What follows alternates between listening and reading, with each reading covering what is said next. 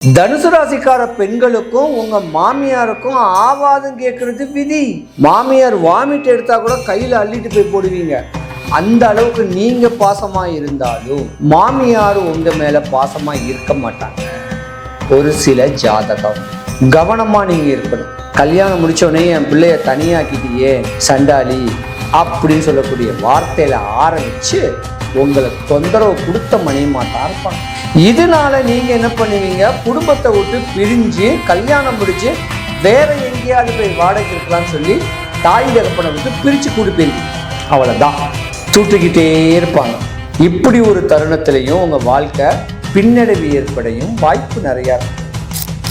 படிச்சுக்கிட்டு இருக்கும் போதே 10th 12th காலேஜோ படிக்கும் போதே காதல் சொல்லக்கூடிய நோயில நீங்க மாட்டிக்கிறீங்க. இளம் கன்று பயம் அறியாது. பின் விளைவுகளை நீங்க யோசிக்க மாட்டீங்க. தனக்கு தேவையான நண்பன் ஒரு தோழன், அப்பாவா அம்மாவா அண்ணனா தம்பியா நான் உன்னை பார்த்துக்கிறேன்னு சொல்லி ஒரு ஆசை வார்த்தை சொன்ன உடனே அவனுக்கு மதிமயங்கி காலேஜ் படிச்சுக்கிட்டு இருக்கும் போதே கல்யாணமும் நடந்தது. தனுசு ராசியில மூல நட்சத்திரம்னு ஒரு நட்சத்திரம் இருக்கு. அது மாமியாருக்கும் ஆகாது மாமனாருக்கும் ஆகாது அப்படின்னு சொல்லுவாங்க. அது ஏன் அப்படி சொல்றாங்கன்னா 21 வயசுல இருந்து 26 27 வயசு வரைக்கும் சூரிய மகாதசை நடக்கும். அந்த சூரிய மகாதசை நடக்கும்போது ஒண்ணு தகப்பனுக்கு ஆகாது, இல்லைன்னா மாமனாருக்கு ஆகாது. விதியே முடிஞ்சு போகும்.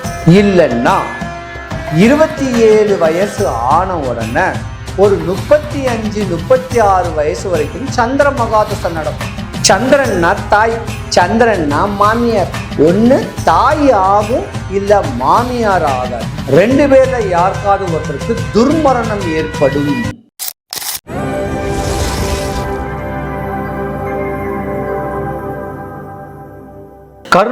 கர்ம பலன் ஒன்லி பெண்களுக்கு மட்டும் இந்த பதிவு. சிறு வயசு முதல் வயதான தோற்றம் வரை, அதாவது 5 வயது முதல் 80 வயது வரை, ஒரு வயசுலையும் ஒரு 5 வருஷம் 10 வருஷத்துலயும் உங்க வாழ்க்கையில நீங்க படக்கூடிய இடையூறல், இன்னல்கள், கஷ்டம், நஷ்டம், எந்த வயசுல யோகங்கள் வரும், எந்த வயசுல கண்டங்கள் வரும், எந்த வயசுல கர்மா, அதாவது உங்களுக்கு தொந்தரவு தொலைகள் பண்றாங்க, அதோடைய வீரியத்தினால உங்களுக்கு உடம்புல உடல் உபாதைகள் எந்த வயசுல வருது அப்படின்னு கேட்கிறத பெண்களுடைய வாழ்க்கை ரகசியம் சொல்லலாம், வாழ்க்கை தத்துவம் கூட சொல்லலாம். பெண்களுக்கு உண்டான கர்மா.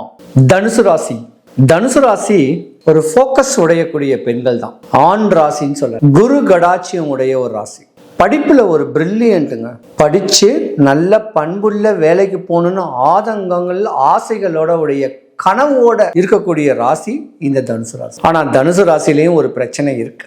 படிச்சுக்கிட்டு இருக்கும் போதே, ஏன்னா உங்க ராசியில தான் கேது, சுக்கிரன், சூரியன் 3 நட்சத்திரங்கள் பலமாவே இருக்கு. படிச்சுக்கிட்டு இருக்கும் போதே 10th 12th காலேஜோ படிக்கும் போதே காதல் சொல்லக்கூடிய நோயில நீங்க மாட்டிக்குவீங்க. இளம் கன்று பயம் அறியாது. பின் விளைவுகளை நீங்க யோசிக்க மாட்டீங்க. தனக்கு தேவையான நண்பன் ஒரு தோழன், அப்பாவா அம்மாவா அண்ணனா தம்பியா நான் உன்னை பார்த்துக்கிறேன்னு சொல்லி ஒரு ஆசை வார்த்தை சொன்ன உடனே அவனுக்கு மதிமயங்கி காலேஜ் படிச்சுக்கிட்டு இருக்கும் போதே கல்யாணமும் நடந்துடும். எத்தனை வயசுல? ஆஃப்டர் தென் டீனேஜ், 19 இயர்ஸுக்கு மேல. இப்படியாப்பட்ட தருணம் ஒரு 20 வயசு 21 வயசு ஆகும்போது உங்க அப்பாவுக்கு கண்டம் ஆவாது. தனுசு ராசியில மூல நட்சத்திரம்னு ஒரு நட்சத்திரம் இருக்கு. அது மாமியாருக்கும் ஆவாது மாமனாருக்கும் ஆவாது அப்படின்னு சொல்லுவாங்க.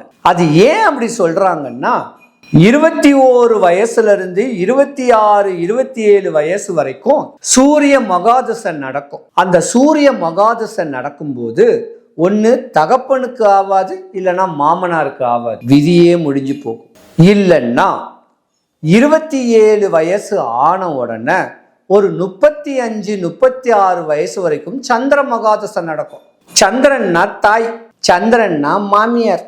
ஒண்ணு தாய் ஆகும், இல்ல மாமியார் ஆகாது.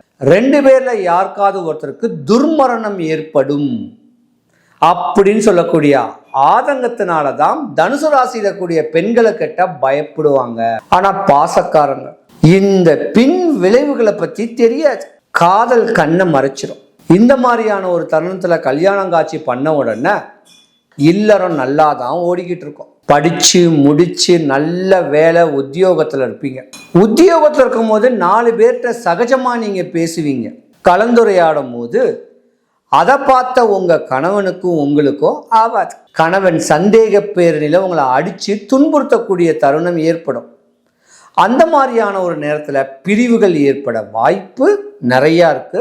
தனுசு ராசிக்கு, தனுசு ராசிக்கார பெண்களுக்கும் உங்க மாமியாருக்கும் ஆவாதம் கேட்கறது விதி. மாமியார் வாமிட் எடுத்தா கூட கையில அள்ளிட்டு போய் போடுவீங்க. அந்த அளவுக்கு நீங்க பாசமா இருந்தாலும் மாமியார் உங்க மேல பாசமா இருக்க மாட்டாங்க. ஒரு சில ஜாதகம் கவனமா நீங்க இருக்கணும். கல்யாணம் முடிச்ச உடனே என் பிள்ளைய தனியாக்கிட்டியே சண்டாளி அப்படின்னு சொல்லக்கூடிய வார்த்தையில ஆரம்பிச்சு உங்களை தொந்தரவு கொடுத்த மணியமா தான் இருப்பாங்க. இதனால நீங்க என்ன பண்ணுவீங்க? குடும்பத்தை விட்டு பிரிஞ்சு கல்யாணம் முடிச்சு வேற எங்கேயாவது போய் வாடகைக்கு இருக்கலாம்னு சொல்லி தாய் தகப்பனை விட்டு பிரிச்சு கூட்டு போயிருவீங்க. அவ்வளவுதான், தூட்டுக்கிட்டே இருப்பாங்க. இப்படி ஒரு தருணத்திலையும் உங்க வாழ்க்கை பின்னடைவு ஏற்படையும் வாய்ப்பு நிறைய இருக்கு. இந்த தனுசு ராசிக்கார பெண்களுக்கு 40 வயசு ஆன உடனே தான், 45 வயசு ஆன உடனே தான் உடல் நோய் உங்களை போட்டு வாட்டும். உடல் நோய் வாட்டும் போதுதான் உள்நோய் வரும். ஹார்ட் சம்பந்தப்பட்ட பிரச்சனைகள் வரும், வயிறு வலிகள் ஏற்படும், உடல் நல உபாதைகள் ஏற்பட்டு வர்றதுக்கான வாய்ப்பு இருக்கு. நீங்க கவனமா இருக்கணும். பல பேர் காவல்துறையிலேயே பணிபுரியலாம், பல பேர் அரசு சம்பந்தப்பட்ட அதிகார தோரணையான ஒரு வேலையிலையும் இருக்கலாம். எப்படி இருந்திருந்தாலும் ஒரு சட்ட சிக்கலோ கணவன் மனைவிக்குள்ள பிரிவோ ஏற்படுறதுக்கு வாய்ப்பு நிறையவே இருக்கு. ஏன்னா நீங்க ஆண் ராசி, அன்பு ஒண்ணுக்குத்தான் அடிமையா இருப்பீங்க. அதிகாரத்துக்கு யாருக்கும் அடிபணிஞ்சு போக மாட்டீங்க. பண்பும் அமைப்பும் முக்கியம். ஒரு சில ஜாதகர்கள் மதம் முற்றும் மதம் மாறக்கூடிய தருணங்களும் ஏற்படும் கணவன் மனைவி பிரிவினால. இருந்திருந்தாலும் மாமியாருக்கும் மருமகளுக்கும் சண்டை வந்துட்டாலோ, கணவன் மனைவிக்குள்ள கருத்து வேறுபாடு வந்தாலோ, உங்க பிள்ளைகளுக்கு உங்களுக்கு ஏதாவது தொந்தரவுகள் வந்திருந்தாலோ, இல்ல குடும்பத்துல ஏதாவது ஒரு பிரச்சனை வந்திருந்தா மேற்படி சொன்ன வல்லக்கோட்டை முருகன் கோவில சொன்ன பரிகாரத்தை பண்ணுங்க. உங்க வாழ்க்கை நல்லா இருக்குங்க. தனுசு ராசி பெண்கள் அனைவருக்கும் சுபிக்ஷம், ஐஸ்வர்யம், கடாட்சியம் கிடைக்க எம்பெருமான் வல்லக்கோட்டை முருகனுடைய அருளாட்சி உங்களுக்கு பரிபூர்ணமா கிடைக்க இறைவனை நான் பிரார்த்திக்கிறேன். பொதுவா ஒரு பெண்ணு நல்லா படிச்சுக்கிட்டு இருக்கிறா. அப்ப அந்த படிச்சுக்கிட்டு இருக்கும் போது அந்த படிப்புடைய திறமையை பார்த்து அடுத்த பெற்றோர் பார்த்து இந்த குழந்தை எவ்வளவு நல்லா படிக்குது, எவ்வளவு ஆக்டிவா இருக்கு அப்படின்னு ஒரு கெட்ட பார்வையை அடுத்த பெற்றோர் பார்த்த உடனே அந்த குழந்தைக்கு படிக்க முடியாம நோய் வந்துருது. இதுதான் கர்மா. அப்ப நல்ல உயர்ந்த இடத்துல உச்ச நிலைமையில ஒரு குடும்பத்துல நல்லா வகித்து இந்த மருமக எவ்வளவு கெட்டிக்காரி அப்படின்னு ஒருத்தவங்க பெருமூச்சு விடுறாங்க பாருங்க, அப்ப அந்த மருமகளுக்கு பிரச்சனைகள் வரும். அப்பதான் கர்மா வேலை செய்யுது. இந்த மாதிரி உங்களுடைய வளர்ச்சி, இந்த பெண்களுடைய வளர்ச்சி, ஒரு தன்மை, ஒரு வாழ்க்கையில ஒரு புடிமானத்தோட வெற்றி காணக்கூடிய அளவுக்கு குடும்பத்துல ஒரு ஒற்றுமை தன்மை, இப்படி இருக்கிறவங்களுக்கு அடுத்தவங்க செய்யக்கூடிய சூழ்ச்சிகள், சூனியங்கள் உங்களுக்கு பிரச்சனைகளை உண்டு பண்ணி கொடுக்கும். அதே போல தன்னுடைய பிள்ளைகளை, தன்னுடைய கணவனை கண்ணுக்குள்ள வச்சு காப்பாற்றக்கூடிய பெண்களுக்கு அடுத்தவர்கள்னால பார்வை டிஸ்டினால வரக்கூடிய கர்மா உங்க குடும்பத்தை விட்டு பிரிக்க தோணும், விலகி இருக்க தோணும். இப்படியும் கர்மா வரதான் செய்யும். அதே போல பெண்களுக்கு பல இடையூறுகள்லாம் வரும். ஸ்கின் அலர்ஜி, குடல் சம்பந்தப்பட்ட நோய், கணையம், கர்ப்பப்பை, ஹார்ட், இந்த மாதிரியான ஒரு பிரச்சனைகள் நோயும் வரும். இந்த நோயும் அடுத்தவனுடைய கெட்ட பார்வை தான். ஒரு மனிதனுக்கு நோயே வரக்கூடாது. அப்படி நோய் வராம இருக்கிறதுக்கு தான்